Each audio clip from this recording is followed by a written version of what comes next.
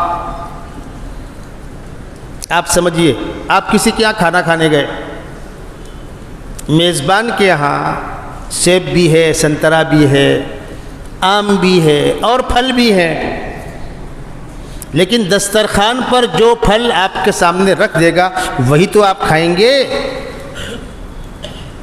جو نہیں دے گا وہ نہیں کھائیں گے. حتیٰ کہ دسترخوان پر آنے کے بعد جب میزبان کہے لیجئے تو مہذب دنیا اس کے بعد شروع کرتی ہے، میزبان کی اجازت کے بعد. جو آدمی جس چیز کا مالک ہوتا ہے اس کی ملکیت میں کوئی بھی چھیڑ چھاڑ اس وقت تک درست نہیں جب تک کہ اس سے اجازت نہ لی جائے.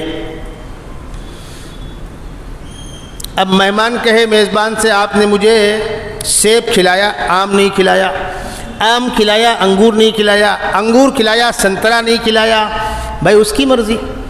جبکہ وہ میزبان آپ کے برابر ہے، آپ کا دوست ہے، آپ اس کے اوپر پریشر ڈال سکتے ہیں. مخلوق اور خالق میں کیا تعلق، کیا برابری؟ اس پوری کائنات کا مالک اللہ نہیں ہے، اللہ ہے. تو اللہ نے اس کائنات میں جس چیز کو حلال کہا وہ حلال، جس کو حرام کہا وہ حرام. تمہارے سمجھ میں نہیں آتا؟ اللہ کی اس کائنات سے کہیں اور نکل جاؤ، چلو گیٹ آؤٹ.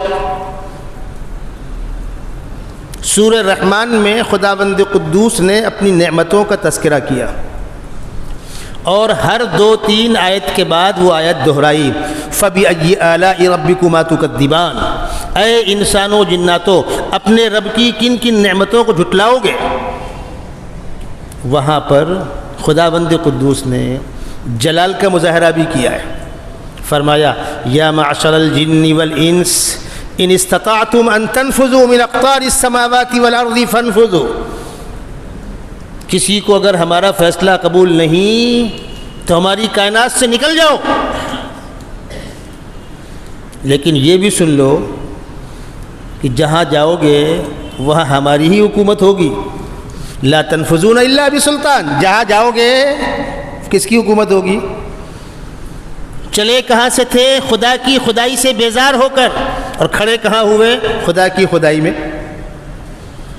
حج کا موقع ہے، اللہ کے نیک بندے گئے اور جا رہے ہیں. اللہ سب کے لیے مبارک فرمائے، جو گئے ان کے لیے، جا رہے ہیں ان کے لیے بھی. پہلے لوگ سواری کی پیٹھ پر بیٹھ کر جاتے تھے، عام طور پر اونٹ کی پیٹھ پر. تیار ہو گئے، بیٹھ گئے، دعا پڑھی، لبیک اللہم لبیک لبیک لا شریک لک لبیک ان الحمد والنعمت لک والملک لا شریک لک، اور نیت کی. جس طریقے سے آپ نیت کرتے ہو نماز کی نا، دل میں سوچا اور اللہ اکبر کہا تو دل کے ارادے کا نام نیت اور اللہ اکبر اس کی علامت. ایسے ہی آپ نے دل میں ارادہ کیا اور تکبیر کہی، نیت شروع ہو گئی. اور اگر یوں ہی تکبیر پڑھتے رہے لبیک اللہم لبیک، نیت نہیں کی تو رکا رہے گا بھی. تھوڑی سی باریکی بتلا دی میں نے آپ کو.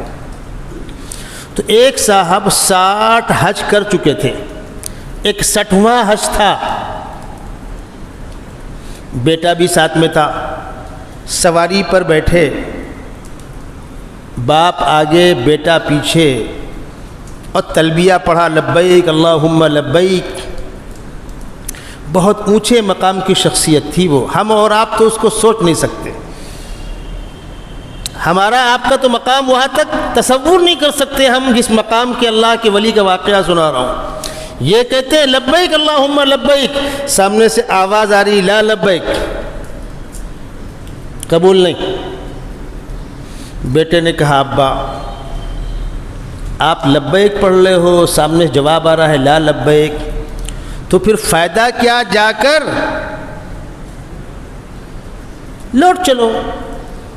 تو باپ نے کیا کہا بیٹے سے وہ سنیے. بیٹا لوٹ کر کہاں جاؤ گے؟ لوٹ کر جائیں گے کہاں؟ جہاں جائیں گے وہ بھی تو خدا کی خدائی کا ہے. رہنا تو انہی کی کائنات میں ہے، وہ قبول کریں نہ کریں ان کی مرضی. اور بیٹا 60 حج کر چکا ہوں، ایک 60واں حج ہے. ہر سال میں کہتا ہوں لبیک، جواب آتا ہے لا لبیک. اپنا کام ہے لگا رہنا، ان کی مرضی قبول کریں یا نہ کریں. ہمارا کام ہے مناتے رہنا. جب مزاج یار میں آئے گا مان جائے گا، نہیں مانے گا تو کریں کیا اس کے علاوہ؟ خدا کی خدائی سے نکل کر جاؤ گے کہاں؟ دوبارہ آواز آئی، ہمارے بندے تیری انکساری کی بنیاد پر ہم نے پچھلے 60 بھی قبول کیے، یہ بھی قبول کیا۔ ہم جا کر ٹکر مار کر چلے آتے ہیں، ارے قبول ہوا کہ نہیں ہوا کس کو معلوم۔ نماز پڑھ کے ہم چلے گئے ٹھوکریں مار کر، قبول بھی ہوئی۔ روزے رکھے، پورے رکھے، میں نے ایک بھی نہیں چھوڑا، بہت گرمی تھی لیکن میں نے چھوڑا نہیں۔ بالغ ہونے کے بعد سے آج تک میرا روزہ چھوٹا نہیں۔ گناتے رہیے، جس کے لیے رکھا اس کو پسند آیا کہ نہیں آیا۔ اللہ کے نیک بندوں کے عجیب عجیب حالات، اللہ کے فیصلے پر راضی رہنے والوں کے حالات پڑھیے۔ ہر حال میں خدا سے خوش، ہر حال میں خدا سے راضی۔ ایک خاتون طواف کر رہی تھی، پیچھے ایک بزرگ چل رہے تھے، بھیڑ ہوتی ہے، اور وہ دعا کر رہی تھی۔ کیا کہہ رہی تھی؟ میرے خالق، میرے مالک، میں تجھ سے اس حال میں بھی راضی ہوں، میں تجھ سے اس حال میں بھی راضی ہوں۔ طواف مکمل ہوا، اللہ کے نیک بندے نے کہا بہن تیرا کیا حال ہے؟ حال کیا؟ اس نے کہا میرے شوہر کا انتقال ہو گیا، میں بیوہ ہوں، 4 بیٹے میرے تھے، چاروں کو میں نے ایک دن کفن پہنا کر اللہ کے حوالے کیا، اب میرے کوئی اولاد نہیں۔ 4 کے 4 بیٹے ایک ہی دن فوت ہو گئے، اور وہ کیا کہہ رہی ہے؟ اے میرے رب، میں تجھ سے اس حال میں بھی راضی ہوں۔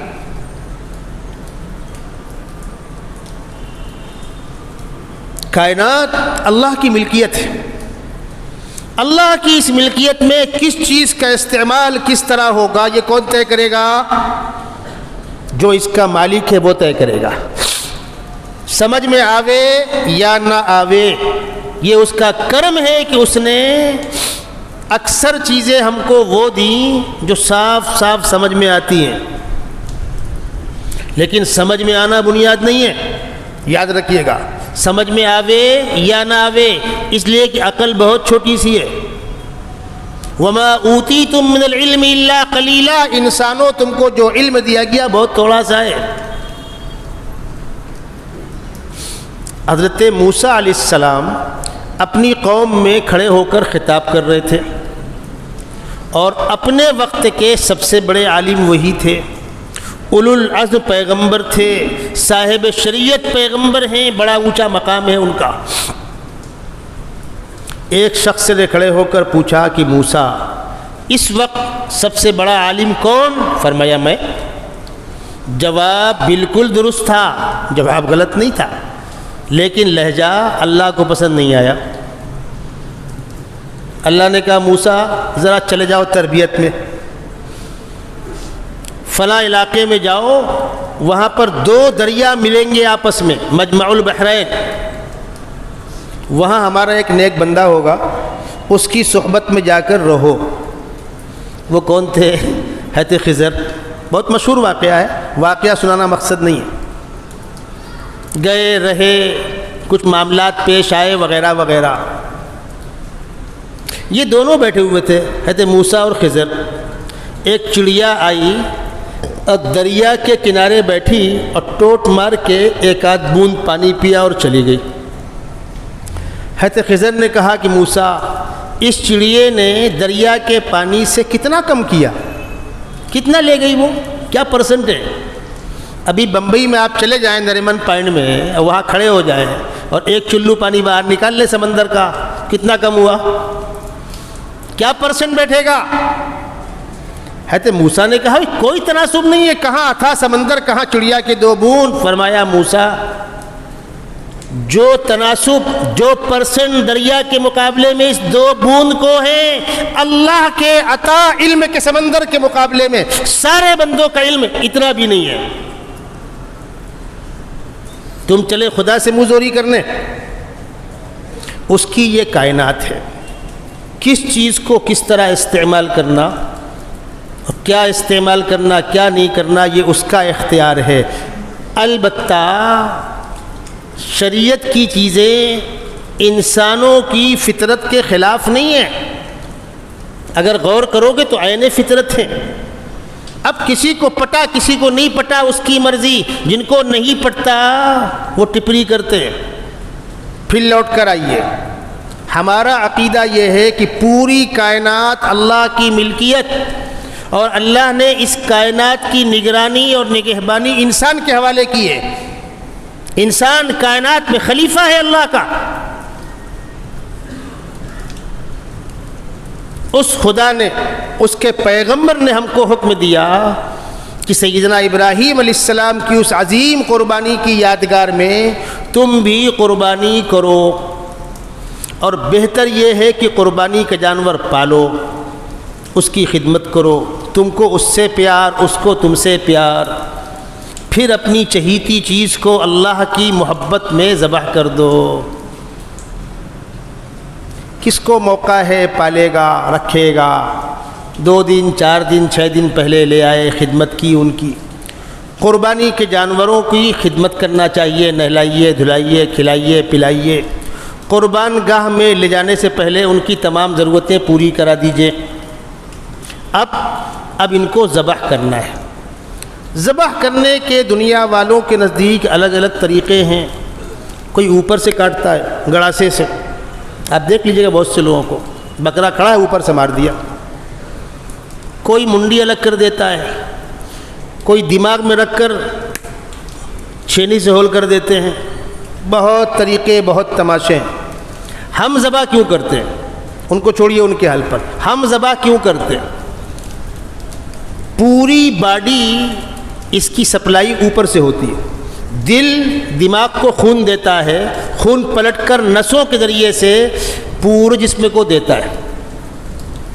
آپ پیڑ کی ایک شاخ کاٹ دیجئے، پیڑ کھڑا رہے گا، پتیاں توڑ دیجئے، پیڑ کھڑا رہے گا، اور جڑ کاٹ دے تو انسان کی جڑ اوپر ہے، پیر کاٹ دو انسان رہے گا، ہاتھ کاٹ دو انسان رہے گا، اور گردن کاٹ دو انسان نہیں رہے گا۔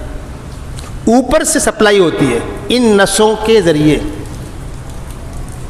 اسی لیے دماغ کی کسی نس میں خون پھنسا، اس نس سے جو حصہ جڑا ہوا ہے وہ مفلوج ہو گیا، پیرالائسس ہو گیا، فالج مار دیا۔ ہوا کیا؟ اس نس سے خون آگے نہیں بڑھ رہا، اسی لیے فوراً اس کو کھولتے ہیں۔ اگر وقت پر وہ نس کھل گئی تو غنیمت ہے، نہیں کھلی تو جو ہوتا ہے وہ آپ کے سامنے۔ یہاں پر 4 نسیں ہیں، موٹی رگیں ہیں سپلائی کی۔ ہم ذبح کرنے میں ان 4 رگوں کو کاٹتے ہیں۔ 4 میں سے کم 3 کٹنا چاہیے، اس سے خون نکل جائے گا۔ جسم کے اندر جو خون دوڑ رہا ہے وہ خون نقصان دہ ہے، وہ خون نقصان دہ۔ اسی بنیاد پر خون حرام ہے۔ انما حرم علیکم المیتۃ والدم، خون حرام ہے، خون کا استعمال مت کرو۔ تو گوشت اور خون کو الگ الگ کرنا ہے۔ جب ذبح کر دیں گے تو خون بہہ جائے گا، بہہ گیا، اب ما بقیہ گوشت پاک صاف ہو گیا۔ اب سنیے، جس وقت ہم نے ذبح کیا اس وقت بھی باڈی کو دماغ کنٹرول کرتا ہے، اور اس وقت بھی دل اور دماغ کا رشتہ برقرار رہنا چاہیے۔ دل کی پمپنگ اور دماغ کی سپلائی، ادھر سے یہ پھینک رہا ہے، وہ پلٹا رہا ہے، بیچ سے نکل رہا ہے، سارا خون نچوڑ کر دماغ سے ہوتے ہوئے گردن کی نسوں سے نکل گیا، جانور ٹھنڈا ہو گیا۔ اب اس کو آپ کھا لیں، جن جانوروں کا استعمال جائز ہے ان کو ذبح کر کے آپ کھا لو۔ نہیں ذبح کیا، یوں ہی مر گیا، تو وہ خون اس کے گوشت کے اندر سوکھ گیا، اس لیے مردار حرام ہے۔ جس وقت آپ نے ذبح کیا، جب تک جان نہ نکل جائے دماغ اور دل کا کنیکشن برقرار رہنا چاہیے۔ نسیں کٹی ہے نا، وہ جو پیچھے ہڈی کے اندر سے جو پٹھے جاتے ہیں اوپر، وہ کنیکشن ہے دماغ اور دل کا، یہ کنیکشن برقرار رہنا چاہیے، تو مکمل جان نکلے گی اور مکمل بدن کے اندر سے گندے جراثیم اور گندا خون سب نکل جائے گا۔ آپ نے منڈی الگ کر دی، اب باڈی الگ اور دماغ الگ، اب مکمل خون نکلے گا نہیں، اس لیے کہ اب باڈی کو کنٹرول کرنے والا دماغ رابطے میں نہیں ہے۔ اس بنیاد پر جھٹکا منع ہے، ذبح کرو۔ ذبح کرتے وقت جانور کو ذبح کے علاوہ کوئی اور تکلیف نہ دی جائے۔ بہت غور سے الفاظ سن لیجئے. ذبح کرتے وقت ذبح کے عمل کے علاوہ جانور کو پلس مزید کوئی تکلیف نہ دی جائے. آپ نے ذبح کیا, نسیں کٹی, خون بہہ رہا ہے اور قصائیوں نے اس کو پھاڑ دیا سینے تک, غلط. ابھی جانور ٹھنڈا نہیں ہوا ہے, کھال نکالنا چالو, غلط. قصائی کو آپ روکیے, مت کر بھائی ایسا. آپ کیوں نہیں روکتے؟ دل پہ ہاتھ رکھ کے سنیے گا, آپ کیوں نہیں روکتے؟ آپ کو آدھے گھنٹے میں کلیجی گھر بھیجنا ہے, جلدی کر جلدی کر جلدی کر, محلے میں پہلی کلیجی میرے گھر بننا چاہیے. یہ قربانی کر رہے ہیں آپ. اور قصائی بھی اس کے بعد اس کا, اس کے بعد اس کا. بھائی پہلے دن 4 ٹکڑے کرنے میں پیسہ ملتا ہے ان کو, تو ان کو بھی جلدی اور آپ کو بھی جلدی. اور ظلم کس پر ہو رہا ہے؟ جانور پر. اس کی اجازت نہیں ہے. ایک صاحب ایک پرندے کو ذبح کر رہے تھے. بھائی پرندے کو ذبح کرنا ہے, پرندہ بڑا ہے تو اس کے پنجے پکڑ لو, پر پکڑ لو. وہ اس کے کندھے پر پیر رکھ کر چڑھے ہوئے تھے اور ذبح کر رہے تھے. اللہ کے نبی صلی اللہ علیہ وسلم وہاں سے گزرے تو فرمایا 2 موتیں مت دو اس کو, 2 موتیں مت دو. ذبح کرنے کی اجازت ہے, ذبح کرنے سے پہلے اس کے سینے پر تم 1 کنٹل کا بوجھ رکھ کھڑے ہو گئے. باندھنا پکڑنا اس کی اجازت ہے, لیکن بلا ضرورت اس کے اوپر بوجھ ڈال دینا, ہل نہ سکے, گھٹ کے مر جاوے. ان تمام چیزوں کی رعایت کے ساتھ ذبح کر دیا گیا. ذبیحہ حلال ہے. اب اگر کسی کو اس پر بھی اعتراض ہے, کیوں کاٹا, جانور کو تکلیف دی, تو ہمارا آپ سے سوال ہے, آپ کیا کرتے؟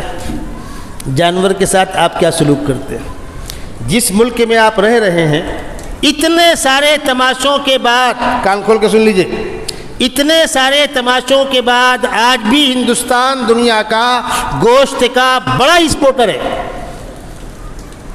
دنیا میں جو ممالک سب سے زیادہ گوشت ایکسپورٹ کرتے ہیں اس میں انڈیا 2nd نمبر پر ہے. واہ سبحان اللہ, ہاتھی کے دانت دکھانے کے اور کھانے کے. اور آپ چلیں میرے ساتھ, وہ بڑی بڑی فیکٹریاں گوشت کی سپلائی کی, ایکسپورٹ کرنے کی, جو غیر مسلموں کی ہیں. نام کیا رکھ رکھا ہے؟ نام ایسے رکھے ہیں کہ عرب اس کو اسلامی نام سمجھیں. میں نام نہیں لینا چاہتا, آپ کو بتلا دوں گا میں آپ کو جو فیکٹریوں کے نام ہیں, تاکہ بیرون دنیا, باہر دنیا اس کو مسلمانوں کی فیکٹری سمجھے. اور بیچ میں جو واسطے ہیں, دلال ہیں, ایجنٹ ہیں, وہ مسلم چہرے ہیں, ان کو پگار پر رکھ رکھا ہے تاکہ وہاں مال کھپے اور یہاں سارا ہنگامہ. پہلی بات تو یہ ہے کہ آج انسانوں کے پاس کھانے کی اور چیزیں ہیں. 200-300 سال پیچھے لوٹ جائیے آپ, تو انسان کے پاس کھانے کا تھا کیا؟ جانور کا گوشت, جانور کا دودھ, پیڑ کے پھل, اور تھا کیا؟ سبزی اگی, جہاں اگی وہاں کھا لی گئی. سپلائی تھی نہیں, کولڈ اسٹور تھے نہیں. آم ٹوٹ کے آئے, 2 دن 4 دن کھا کے فرصت. کوئی بھی پھل مارکیٹ میں آیا, 2 دن 4 دن کے بعد ختم. اس لیے کہ نہ کچا توڑ کر سنبھال کے رکھنے کی مشینیں تھیں, نہ پکے کو بچانے کولڈ اسٹور تھے. آج تو 2 مہینہ پہلے پھل جمع ہو جاتا ہے, پکتا رہتا ہے, نکلتا رہتا ہے, پکتا رہتا ہے, نکلتا رہتا ہے. جہاں پھلوں کا ہول سیل ہے, آپ چلیے میرے ساتھ, کہ صاحب ہم کو 2000 پیس کیلا چاہیے. کہنے لگے شام کو بول دینا, شام کو بتلا دینا. کیوں؟ تیار کرنا ہے نا. وہ شام کو اس کو کیمیکل کے پانی میں ڈبوئیں گے اور صبح آپ کو دے دیں گے, صاحب پکا کیلا لے لیجیے. یہ کام نہ کرے وہ ہفتے بھر نہیں پکے گا. پھل پکایا جا رہا ہے, کلنگڑ پکایا جا رہا ہے, پپیتا پکایا جا رہا ہے, آم پکایا جا رہا ہے. پہلے کے ذرائع نہیں تھے, تو انسان کے پاس تھا کیا؟ جانور. تمام مذاہب کی عبادت گاہوں میں جانور کٹتے تھے, اس ملک کی عبادت گاہوں میں جانور کٹتے تھے. کون انکار کر سکتا ہے؟ اب آئی بات, وہ اتنی بڑی مقدار میں پیسہ ضائع ہو جاتا ہے, قربانی میں پیسہ ضائع ہوتا ہے. اس پیسے کو بچا لو, کالج کھول لو, اسکول کھول لو, اسپتال کھول لو, عقل سے پیدلو. یہ اللہ کے حکم کی تعمیل ہے. یہی صورتحال حج کی ہے. بہت سے لوگ پوری فیملی کے ساتھ حج کرنے جاتے ہیں, پوری فیملی کے ساتھ عمرہ کرنے جاتے ہیں, ٹھیک ہے, اللہ نے ان کو نوازا ہے. اب بعض لوگ چالو پڑتے ہیں, ایک بار کر لیا کافی تھا, باقی پیسہ بیواؤں میں بانٹ دو, یہ کر دو, وہ کر دو, یہ کر دو, وہ کر دو, منع نہیں ہے, لیکن آپ کسی کو ہاتھ پکڑ کے نہیں کہہ سکتے کہ آپ ڈبل حج میں مت جاؤ, عمرے میں مت جاؤ. اگر اخلاص کے ساتھ بندہ جاتا ہے تو جائے. ہاں, ہم اس سے یہ بھی کہیں گے اللہ نے آپ کو نوازا ہے تو آپ محلے پڑوس میں غریبوں کا خیال بھی رکھیے, پریشان حال لوگوں کا خیال بھی رکھیے. اور بتلا دوں میں آپ کو, غریبوں کی خدمت کرنے کا اللہ کے ہاں کیا مقام ہے, اس پر آپ کو ایک آدھ واقعات سنا دوں. ایک صاحب نے واقعہ لکھا, ان کو بلڈ کینسر ہو گیا تھا. وہ ایک ڈاکٹر کے پاس گئے, ڈاکٹر دیندار تھے. ڈاکٹر نے پوچھا کیا کرتے ہو, کاروبار ہے, وطن کہاں ہے, فلاں جگہ پر. کب سے نہیں گئے, بچپن سے نہیں گئے. بھیونڈی میں بہت سے لوگ ایسے ہیں, کہاں کے ہو, یو پی کے ہو, کس گاؤں کے, فلانے گاؤں کے, کب سے نہیں گئے, نہیں گئے تو کبھی نہیں. وہاں کیا شادی نہیں نکلی, موت مٹی نہیں ہوئی, نینی تال گھوم کے آئے, کشمیر گھوم کے آئے, کلو منالی گھوم کر آئے, مہابلیشور گھوم کے آئے, اپنا گاؤں. ارے جاؤ, اپنے خاندان کے لوگوں سے ملو, چھوٹے بڑوں کا احترام سیکھو, تہذیب سیکھو. جس کو بزرگوں کی روایت نہ رہے یاد, اس شخص کی لوگوں کوئی پہچان نہیں ہے. جاؤ, اپنے قبیلے, اپنے خاندان, اپنے گاؤں کے غریبوں کی خدمت کرو. تو جو حکیم صاحب تھے, دیندار تھے, انہوں نے کہا سنو, علاج تو بعد میں کروں گا میں, اپنے گاؤں جاؤ اور وہاں جا کر ضرورت مندوں کے ساتھ میں بیٹھ کر ان کے ساتھ کھاؤ, کھلاؤ, وہیں رہو. 15 دن کے بعد لوٹ کے آنا. گئے, خوب پیسے لے کر گئے, غریبوں کو بانٹا, خدمت کیا, تو لوگوں کو اچھا لگا. ہمارے گاؤں کو یہ آئین ہے, دعوت کی, ساتھ میں کھایا کھلایا, لوٹ کر آئے. حکیم صاحب نے کہا ذرا بلڈ چیک کرا کے لاؤ. بلڈ چیک کرا کے لائے تو خون میں کینسر کے ذرات ہے ہی نہیں. ان کو کبھی کینسر ہی نہیں ہوا. ڈاکٹر صاحب نے کہا رپورٹ پڑھ لو.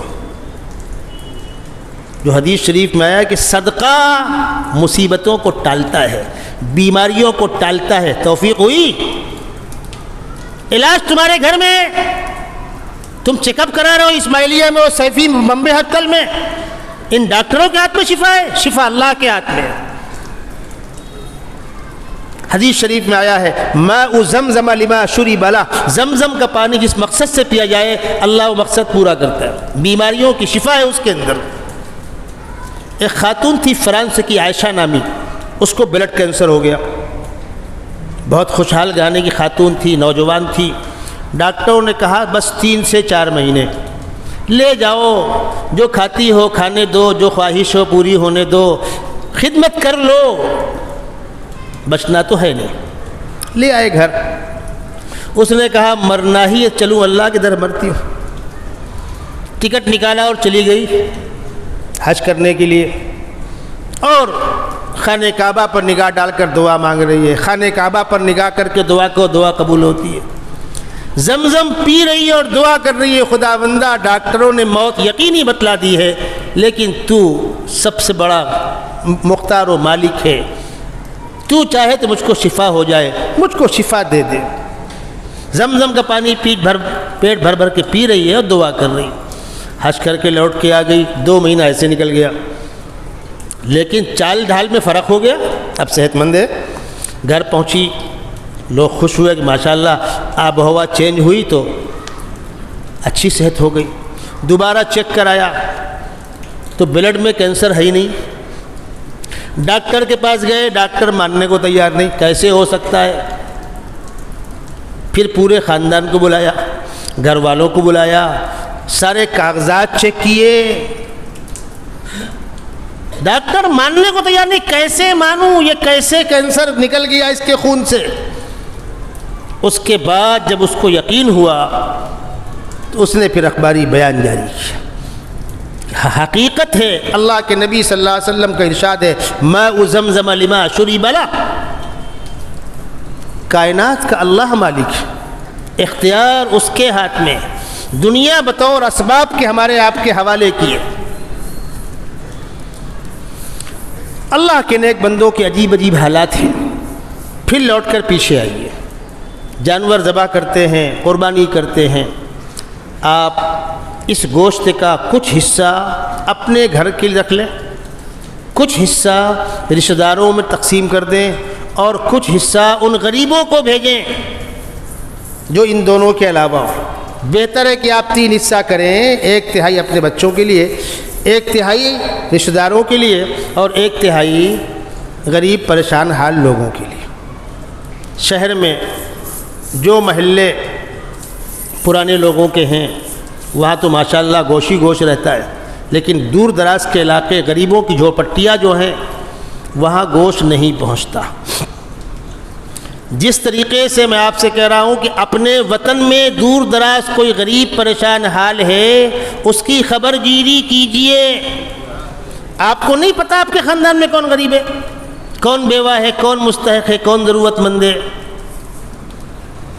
آپ کچھ رقم کا کچھ حصہ ادھر منتقل کر دیجئے۔ سردی کا موسم آتا ہے، تیز سردی ہوتی ہے ان علاقوں میں۔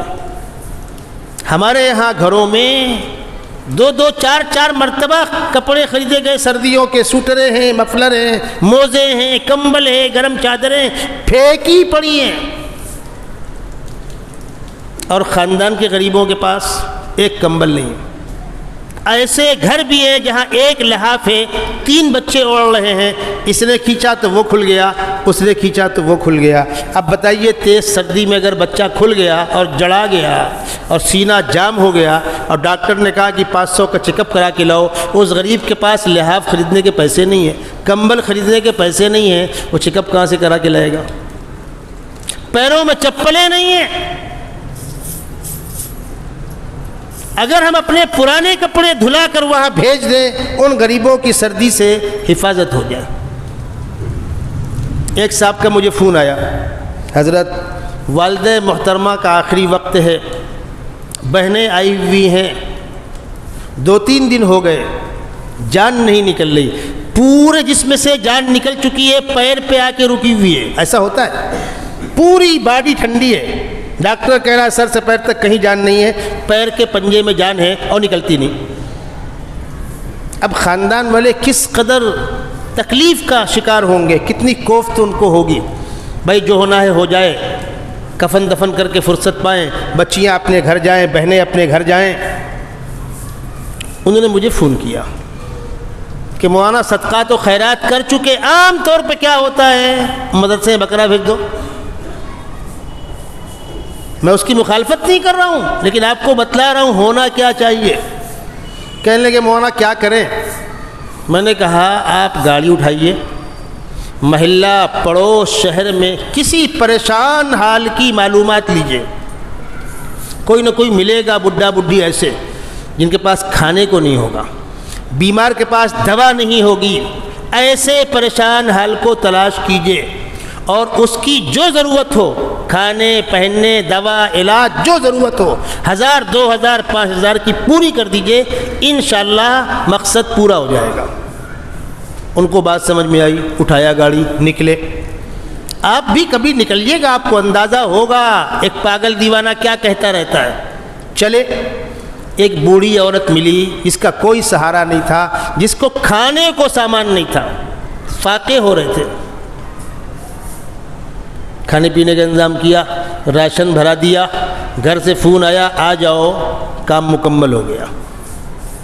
ان کا مجھے فون آیا کہ مولانا بالکل نشانے پر تیر بیٹھا، یہ ہے وہ مستحقین جس کو قرآن نے کہا ہے تعرفہم بسیماہم لا یسألون الناس الحافا، وہ روڈ پر چل کر ہاتھ پھیلا کے نہیں مانگیں گے، تمہاری ذمہ داری ہے تم چل کے ان کے پاس جاؤ۔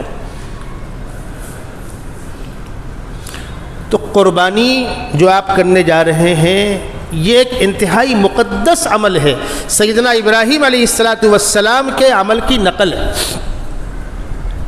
اور سیدنا ابراہیم علیہ السلام ان نبیوں میں سے ہیں، ان مقدس ہستیوں میں سے ہیں جن کو اللہ نے مقبولیت اور محبوبیت سے نوازا ہے۔ قرآن نے کہا وَإِذِ ابْتَلَىٰ إِبْرَاهِيمَ رَبُّهُ بِكَلِمَاتٍ فَأَتَمَّهُنَّ قَالَ إِنِّي جَاعِلُكَ لِلنَّاسِ إِمَامًا۔ ابراہیم کو ہم نے ہر پہلو سے آزمایا، بچپن سے لے کر بڑھاپے تک قدم قدم پر آزمائش، چہرے پر شکن نہیں آئی، اف نہیں کیا، اف نہیں کیا۔ مورخین لکھتے ہیں آسمانی نظام میں 2 مرتبہ فرشتے روئے ہیں، آسمان کے فرشتے بلک بلک کر کبھی روئے ہیں، اگر 2 موقعوں پر۔ ایک موقع سیدنا محمد رسول اللہ صلی اللہ علیہ وسلم پر جب طائف میں پتھر برسائے گئے تھے، اس وقت فرشتے بلک بلک کے روئے تھے، اور دوسرا ابراہیم علیہ السلام نے اپنے بیٹے کی گردن پہ چھری چلائی تھی تو فرشتے رو پڑے تھے۔ اس کے باوجود وہ پوچھ رہے ہیں اے میرے رب تو مجھ سے راضی ہے، اے میرے رب تو مجھ سے راضی ہے؟ تو رب نے کہا انی جاعلک للناس اماما، ابراہیم میں تم کو امامت کا منصب دے رہا ہوں، اب تمہارے بعد آنے والی انسانیت سب تمہارا احترام کرے گی، اب تم کو لوگ گروپ بنا کر بانٹیں گے نہیں۔ موسیٰ علیہ السلام کی امت عیسیٰ علیہ السلام کو برا کہتی ہے، عیسیٰ علیہ السلام کی امت موسیٰ علیہ السلام کو برا کہتی ہے ایسے حالات۔ ابراہیم علیہ السلام کو یہ بھی بڑا مانتے، وہ بھی بڑا مانتے، اور ہم تو بڑا مانتے ہی ہیں، ہم مسلمان تو ان کو بڑا مانتے ہی ہیں بھائی۔ ارے قرآن میں پوری ایک سورت ہے سورہ ابراہیم۔ حج کیا ہے؟ خانہ کعبہ کیا ہے؟ صفا مروہ کی سعی کیا ہے؟ کنکری کیا ہے؟ قربانی کیا ہے؟ ابراہیم علیہ السلام کے عمل کی یادگار۔ صحابہ نے پوچھا یا رسول اللہ یہ قربانی کیا چیز ہے؟ فرمایا تمہارے دادا ابراہیم کے عمل کی یادگار، اس کو ہم انجام دے رہے۔ ابراہیم علیہ السلام کی اولاد 2 جگہ رہی، کچھ فلسطین میں کچھ مکے میں۔ 2 بیویاں ہیں آپ کی، بیوی سارہ فلسطین میں ہے اور بیوی ہاجرہ مکے میں ہے۔ بیوی ہاجرہ سے بچہ پیدا ہوتا ہے اسماعیل، اس کی نسل عرب کہلائی، اور بیوی سارہ سے بچہ پیدا ہوتا ہے اسحاق، ان کے بیٹے یعقوب، اور یعقوب کے 12 بیٹے، حضرت یوسف علیہ السلام کی 11 بھائی، وہ بنی اسرائیل کہلائے۔ فلسطین میں اللہ کا گھر ہے، اس کو کہتے ہیں بیت المقدس، وہ بھی تعمیر کیا ابراہیم علیہ السلام نے۔ مکے میں اللہ کا گھر ہے، اس کا نام ہے بیت اللہ، خانہ کعبہ، اس کو تعمیر کیا ابراہیم علیہ السلام نے۔ یہ اللہ کا گھر تعمیر کیا اپنے بیٹے اسماعیل کو لے کر، اور وہ اللہ کا گھر تعمیر کیا اپنے بیٹے اسحاق کو لے کر۔ پوری دنیا کے تمام آسمانی مذاہب کے لیے مرکز عقیدت یا تو خانہ کعبہ ہے یا مسجد اقصیٰ ہے، بیت المقدس۔ اسی لیے سیدنا محمد رسول اللہ صلی اللہ علیہ وسلم کو جب معراج کے سفر میں بلایا گیا تو دونوں مقامات کو جمع کر دیا گیا۔ چلے کہاں سے؟ خانہ کعبہ کے پاس سے، اور پہلی منزل بیت المقدس۔ آپ کے معراج میں اس کو بھی اہمیت دی گئی، اس گھر کو بھی، اور اس گھر کو بھی اہمیت دی گئی۔ دنیا کے تمام آسمانی مذاہب والوں دیکھ لو، دونوں کو یکساں احترام دیا جا رہا ہے۔ اور دنیا کی تمام امتیں دیکھ لیں، انبیاء کرام کو ماننے والی امتیں دیکھ لیں کہ سارے انبیاء کرام وہاں جمع ہوئے بیت المقدس میں، سب بنا کر کھڑے ہوئے، نماز پڑھنی ہے۔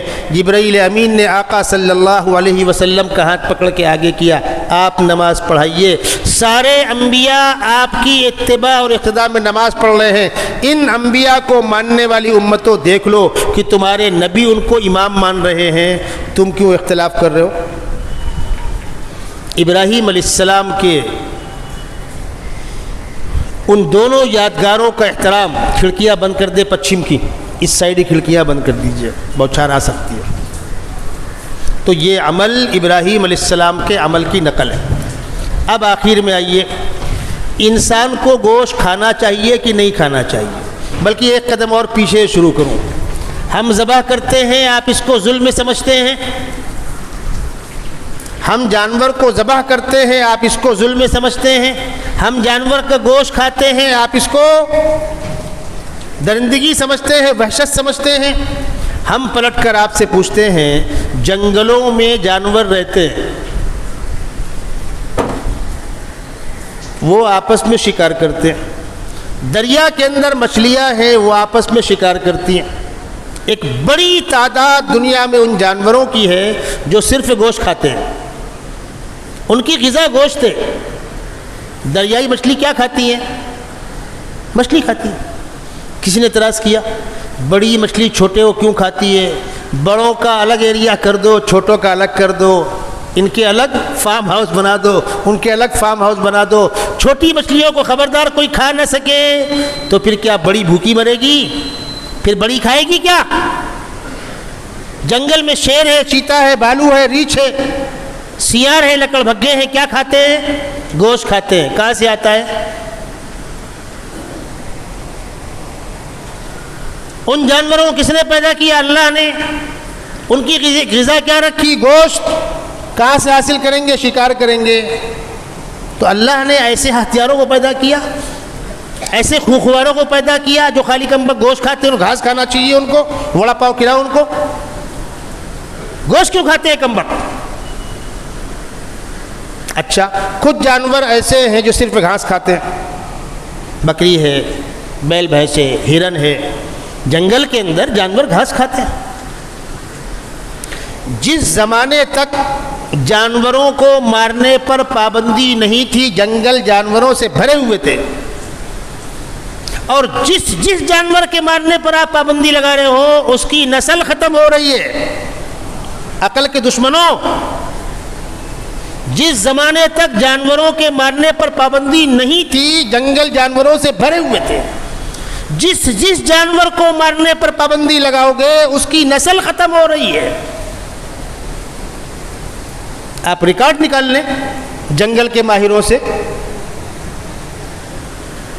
اللہ کا نظام ہے، کتنوں کو بھیجنا، کتنوں کو بلانا، یہ اس کا اختیار ہے۔ اب دیکھیے، جو جانور گھاس کھاتے ہیں ان کے دانت بالکل لیول ہوتے ہیں، جو جانور گوشت کھاتے ہیں ان کے دانت نوکدار ہوتے ہیں۔ گوشت کھانے والے جانور کو ہڈی بھی توڑنا ہوگا نا بھائی، گوشت کو ہڈی کو الگ کرنا ہوگا نا۔ شیر، اس کے دانت کیسے ہیں؟ بکری، اس کے دانت کیسے ہیں؟ طے ہو گیا۔ اور آسانی سمجھاؤں میں آپ کو، آج کل گاڑیوں میں الگ الگ فنکشن آ رہے ہیں، بیٹری گاڑی، سی این جی گاڑی، ڈیزل گاڑی، پٹرول گاڑی۔ تو کمپنی نے جو ڈالنے کا فنکشن دیا ہے آپ وہی ڈالو تو گاڑی چلے گی، ورنہ نہیں چلے گی۔ جن جانوروں کو گوشت کھانا ہے ان کے دانت کیسے ہیں؟ نوکدار۔ جن کو گھاس کھانا ہے ان کے دانت کیسے ہیں؟ لیول۔ اب ذرا اپنے منہ میں ہاتھ لگا لیجئے، آپ کے دانت کیسے ہیں؟ کمپنی نے کیا فنکشن رکھا ہے؟ یہ دانت نوکدار کیوں ہیں؟ یہ داڑھیں کیوں ہیں؟ گھاس چبانے کے لیے نوکدار دانت چاہیے، گھاس چبانے کے لیے داڑھیں چاہیے۔ ہمارے خالق و مالک نے انسان کی غذا سبزی بھی بنائی ہے، گوشت بھی بنایا ہے۔ جس کی مرضی ہو سبزی کھائے، جس کی مرضی ہو گوشت کھائے۔ اب تماشا آپ دیکھ لیجئے ہوتا کیا ہے۔ عام طور پر فلائٹ میں اگر ٹکٹ میں کھانے کا آپشن ڈال دو کھانا آتا ہے، ایسے ہوتے ہیں حالات وہاں پر نہیں ملے گا ڈال دو آپشن بھائی، وہ پوچھنے آتے ہیں ویج کہ نان ویج۔ اب سیدھی بات ہے کہ ذبح کے لیے ذبح کرنے والا مسلمان ہونا، اسلامی طریقے سے ذبح ہونا پتہ نہیں برابر ہو کہ نہ ہو، تو ہم نے اپنے بڑوں سے سنا کہ بیٹا سفر میں ویج کھا لیا کرو، ختم کرو، تو ہم لوگ کہتے ہیں ویج، اور ہمارے بغل میں بیٹھے ہیں حضرات باشندگان ملک، وہ کہتے ہیں نان ویج۔ ہمارے خلاف ہنگامہ ہے نان ویج کا، ہم بولتے ہیں ویج اور وہ کیا بولتے ہیں؟ Non veg. جب ان سے ہم مسکرا کے پوچھتے یہ کیا بھائی؟ ارے بولے یار مولوی صاحب گھر میں تو کھانے سے رہے، گھر میں تو پکنے سے رہا، یہی کھا لینے دو۔ بمبئی میں بڑے بڑے ہوٹلوں میں بڑوں کی بریانی بنتی ہے، جہاں ارب پتی نوجوان جا کر کھاتے ہیں۔ کون جاتا ہے؟ کیوں؟ ان کے گھروں میں بننے سے رہی، اوپن پارسل منگانے سے رہے، تو چھپ چھپا کر جا کر وہاں کھاتے ہیں، بہت مزہ آتا ہے یار۔ ناگ پاڑے میں ہمارے ایک دوست تھے، بہت بے تکلف، یعنی ان کو معلوم ہو جائے کہ میں آیا ہوا ہوں تو وہ کھانا پکوا لیں گے، آئیے بیٹھے کھاتے ہیں۔ میں ان کے ساتھ بیٹھا ہوا تھا، ان کے کچھ غیر مسلم دوست بیٹھے ہوئے تھے، بے تکلفانہ بات ہو رہی تھی، مغرب بعد کا وقت تھا، چلتے ہیں کھانا کھاتے ہیں، چلتے ہیں کھانا کھاتے ہیں فلاں ہوٹل میں، اور مجھ سے اس نے ایک بار بھی نہیں کہا کہ آپ بھی رکیے۔ میں ٹیکسی پکڑا چلا آیا۔ دوسرے دن فون آیا، ارے مولوی صاحب مجھے بہت شرمندگی ہے، میں کیا بتلاؤں، کیا ہوا؟ بولے آپ کی وجہ سے پھر وہ نہ کھاتے، ان کو شرم آتی ہے، ہمارے ساتھ تو روز کھاتے ہیں، وہ سب غیر مسلم دوست تھے، آپ رہتے تو وہ نہ کھاتے، اس لیے میں آپ کو کھانے کو نہیں پوچھ سکا، وہ بڑے کی بریانی کھانے کا پروگرام بن رہا تھا۔ بات سمجھ میں آ رہی؟ ایک ہے شرعی طور پر ہم کس چیز کو کیوں اپناتے ہیں، اس کو ہم سمجھیں۔ عقلی طور پر ہم یہ مطمئن کریں کہ بھائی دنیا کا نظام یہ ہے۔ آپ کو بتلا دوں، ہمارے یہاں سال میں 2 سال میں ایک آدھ مرتبہ فقہی سیمینار ہوتا ہے، جس میں ہم لوگ کے اساتذہ، بڑے علماء، دارالعلوم دیوبند کے اکابر، ہندوستان کے چوٹی کے بڑے بڑے مفتیان کرام، مفتی احمد خان پوری مدظ اللہ العالی، مولانا خالص اللہ رحمانی، دارالعلوم کے اکابر، مولانا برہان سنبھلی صاحب، ان کا انتقال ہو گیا، ندوے کے بڑے اساتذہ، پورے ملک کے چوٹی کے علماء آتے ہیں، اور بسا اوقات مصر، عراق، شام، مکہ، یہاں کے علماء شرکت کرتے ہیں۔ وہ 3 دن سیمینار چلتا ہے، اس کے اندر بحثیں ہوتی ہیں، گفتگو ہوتی ہے، آپسی مذاکرہ ہوتا ہے، ڈیبیٹ ہوتا ہے۔ تو اس میں ایک موقع پر اسی موضوع پر گفتگو تھی کہ جانوروں کے ساتھ کیا سلوک کرنا۔ ہم جانوروں کو کھا سکتے ہیں، قدرت نے بنایا ہمارے کھانے کے لیے، سلوک کیا کرنا، اس پر تفصیل آئی کہ جانوروں کا لوگ کیا کیا استعمال کرتے ہیں۔ تو جن لوگوں کا ہنگامہ ہے کہ جانور مت کاٹو، مت کھاؤ، ان سے پوچھو کہ آپ کیا کرتے ہو، آپ ان سے بار بار کام نہیں لیتے؟ حالت یہ ہے کہ ہم جس کو ناپاک کہہ کر پھینک دیتے ہیں خون، اس کو وہ اسٹاک کر کے دوائیں بنا کر استعمال کرتے ہیں۔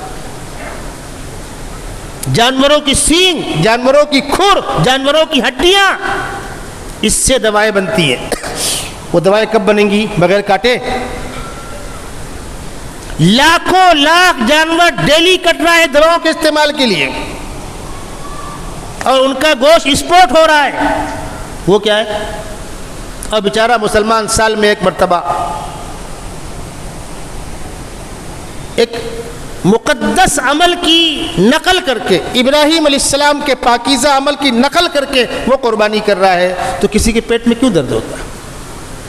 ہاں، آپ سے میں کہوں گا، قربانی کے ساتھ ساتھ جو لاپرواہیاں ہوتی ہیں اس سے آپ بچیے۔ قربانی کا گوشت آپ صاف کرنے کے بعد کچرا نکلتا ہے نا، تو بس وہ تھیلی میں رکھا، ٹپکا دیا کھڑکی سے نیچے، وہ سبزی نہیں ہے، کچرے میں پڑی رہے گی، آج نہیں کل، کل نہیں پرسوں وہ سڑے گا، باس مارے گا۔ ہمارے مسلم محلے، مسلم گلیوں میں باسی تباسی کے بعد باس آتی ہے، اس سے بچیے۔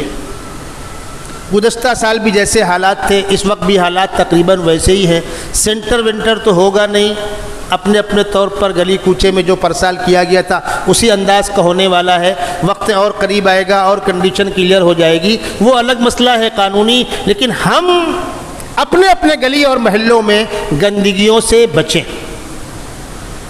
قربانی آپ جانور لے آئے، آپ نے کر لیا، آپ کے پاس گنجائش کم ہے تو آپ حصہ لے لیتے ہیں۔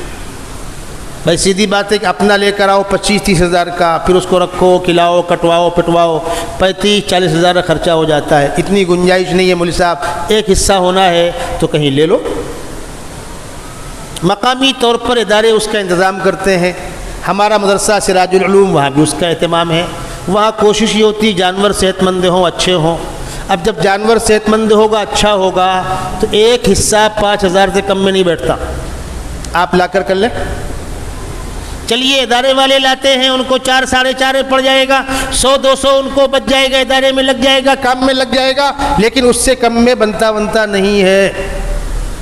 4850 روپیہ حصے کا رکھا گیا سراج العلوم میں، وہاں آفس میں اس کا نظم ہے۔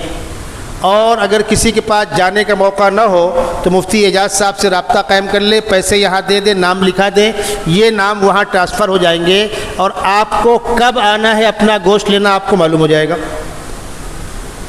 باقاعدہ سیریل رہتا ہے، پہلے دن اتنے کٹیں گے، اتنے بجے اتنے جانور گریں گے، آپ اس ٹائم پہ آتے ہیں تو آپ کے سامنے گر جائے گا، گرنے کے بعد اس کے ٹکڑے ہوں گے، بوٹیاں ہوں گی، 7 حصے ہوں گے باقاعدہ ترازو میں وزن کر کے، آپ آ گئے تو آپ کو مل گیا، آپ نہیں آئے تو آپ کو فون آئے گا ادارے سے اپنا حصہ آپ لے کر جائیے، آپ نے کہا میں آتا ہوں تو رکھے رہتے ہیں۔ لیکن اب سیدھی بات ہے کہ تقریباً 100 جانوروں کا کام رہتا ہے، کتنوں کو سنبھالیں گے؟ تو اگر آپ نے کہا کہ میں آ رہا ہوں تو وہ انتظار کریں گے گھنٹہ 2 گھنٹہ 3 گھنٹہ، ورنہ پھر ضرورت مندوں کو بانٹ دیں گے۔ اور بھی ادارے کرتے ہیں، سارے ادارے ہیں، مختلف علاقے سے لوگ آتے ہیں، دیہات کھیڑے میں کرتے ہیں، کم بھاؤ میں ہو جاتا ہے، جس کو جہاں پٹے وہاں کرائیے، لیکن قربانی کیجئے، جانور لے کر آ کر کیجئے یا حصے میں کیجئے۔ اگر آپ صاحب حیثیت ہیں، جس پر میں نے گزشتہ گفتگو کر دی تھی کہ صاحب حیثیت کس کو کہتے ہیں، اور لاپرواہی کی بنیاد پر قربانی نہیں کر رہے، تو اللہ کے نبی صلی اللہ علیہ وسلم کا ارشاد ہے من وجد ساعۃ لأن یضحی ولم یضحی فلا یقربن مصلانا، جو قربانی کر سکتا ہو اور نہ کرے اس سے کہہ دو کہ ہماری عیدگاہ کے قریب تک نہ آئے۔ اللہ تبارک و تعالی ہم کو جیسی قربانی اللہ کو پسند ہے ویسی قربانی کرنے کی توفیق عطا فرمائے۔ انشاءاللہ ایک جمعہ اور ملے گا، آج 1 تاریخ ہے، اگلا جمعہ 8ویں تاریخ ہوگی، اور اتوار کے دن 10 جولائی اتفاق سے 2 تاریخیں مل گئی ہیں، 10 جولائی کو انشاءاللہ عید الاضحیٰ کی نماز پڑھی جائے گی۔ 9 تاریخ آج 1 ہے، 9 تاریخ کو جب ہمارے ہندوستان کی 9 تاریخ ہوگی، وہ عرفہ کا دن کہلاتا ہے، اس روزے کی بہت فضیلت ہے، بہت فضیلت ہے۔ یوں تو بقرعید کے 10 دن جو ہیں پورا عشرہ اللہ کا بہت ہی محبوب عشرہ ہے، قرآن نے اس عشرے کی تعریف کی، والفجر ولیال عشر، 10 راتیں، اس کے روزے بہت سے لوگ ماشاءاللہ روزے سے ہیں، نفل روزہ ہے، خاص طور پر عرفہ کے روزے کی بہت اہمیت ہے۔ عرفے کے سلسلے میں غلط فہمی ہے، وہ کیا؟ ہماری جس تاریخ میں 9 ہوگی اس سے 1 دن پہلے مکے میں 9 ہوگی۔ حاجیوں کی آج 2 تاریخ ہے، ان کے ہاں جمعرات کو چاند ہوا، بدھ کو چاند ہوا، ہمارے ہاں جمعرات کو چاند ہوا، تو ان کا عرفہ جو ہے ہم سے 1 دن پہلے ہوگا۔ بہت سے غلط فہمی کا شکار ہے کہ جس دن حاجی عرفات میں جمع ہوتے ہیں وہ ہمارا عرفے کا دن نہیں، آپ کا عرفے کا دن آپ کی 9 تاریخ، جس طرح ان کی عید، ان کی بقرعید ان کی 10 تاریخ پہ ہوگی اور آپ کی بقرعید آپ کی 10 تاریخ پہ ہوگی۔ ان کی بقرعید 9 تاریخ سنیچر کو ہوگی جب آپ کی 9 ہے، اور آپ کی بقرعید 10 کو ہوگی۔ کیوں؟ ان کی تاریخ آپ سے 1 دن آگے ہے۔ تو حاجیوں کا عرفات میں جمع ہونا اور ہے، یوم العرفہ اور ہے، عرفات میں جمع ہونا ان کی تاریخ کے اعتبار سے ہوگا، اور ہمارا یوم العرفہ ہماری تاریخ کے اعتبار سے ہوگا۔ غلط فہمی کا شکار نہ ہو۔ جو حاجی لوگ حج کرنے گئے ہوئے ہیں وہ پہلے عمرہ کرتے ہیں بعد میں حج کرتے ہیں، جس نے ایک سفر میں عمرہ حج جمع کیا تمتع، اس پر قربانی ہے۔ وہ سمجھتے ہیں کہ وہاں کرا دیا یہاں کی بھی ہو گئی، ارے وہ قربانی حج والی ہے، یہاں کی قربانی مال والی ہے۔ حج والی قربانی وہیں ہوگی حرم میں، مال والی قربانی چاہو وہاں کرو، چاہے یہاں کرو، چاہے دنیا میں کہیں کرو۔ تو جن گھروں سے لوگ حج کرنے گئے ہوئے اس کا خیال رکھے، ان کی یہاں قربانی ہونی چاہیے۔ اس کے بعد جو مسائل ہوں گے، آپ کو کوئی ضرورت ہوگی فون پہ رابطہ قائم کر لیجئے گا۔ الحمدللہ حجاج کرام وہاں پہنچ چکے ہیں، اور جیسا درخواست میں کرتا رہتا ہوں حاجیوں سے، جس کو جب ضرورت پڑے فون پر مسئلہ پوچھو۔ حاجیوں کی خدمت، حاجیوں کی رہبری، اس سے بڑی سعادت اور کیا ہوگی؟ کسی حاجی کی دعاؤں ہمارا حصہ لگ جائے، اس سے بڑی سعادت اور کیا ہوگی؟ میں حج کے 5 ایام میں اسپیشل وہ موبائل کے اندر بیلنس ڈلوا کے رکھتا ہوں کہ پلٹ کر فون کرنا ہو دقت نہ ہو. اگر مکے کے جو وہاں کا 966 وہاں کوڈ ہے اس سے کوئی نمبر آیا رہتا ہے, خاص طور پر کسی حاجی کا نمبر میرے پاس فکس ہے اور میں نماز میں ہوں, سائلنٹ کر کے ہوں, بعد میں دیکھا تو میں کوشش کرتا ہوں پلٹ کے اس کو لگاؤں تاکہ اپنے حاجی بہن بھائیوں کی رہبری ہو سکے. آپ بھی اپنے رشتہ داروں سے کہہ دیجیے گا حج کے ایام میں انشاءاللہ 24 گھنٹے رات و دن میرا فون چالو رہے گا. جس حاجی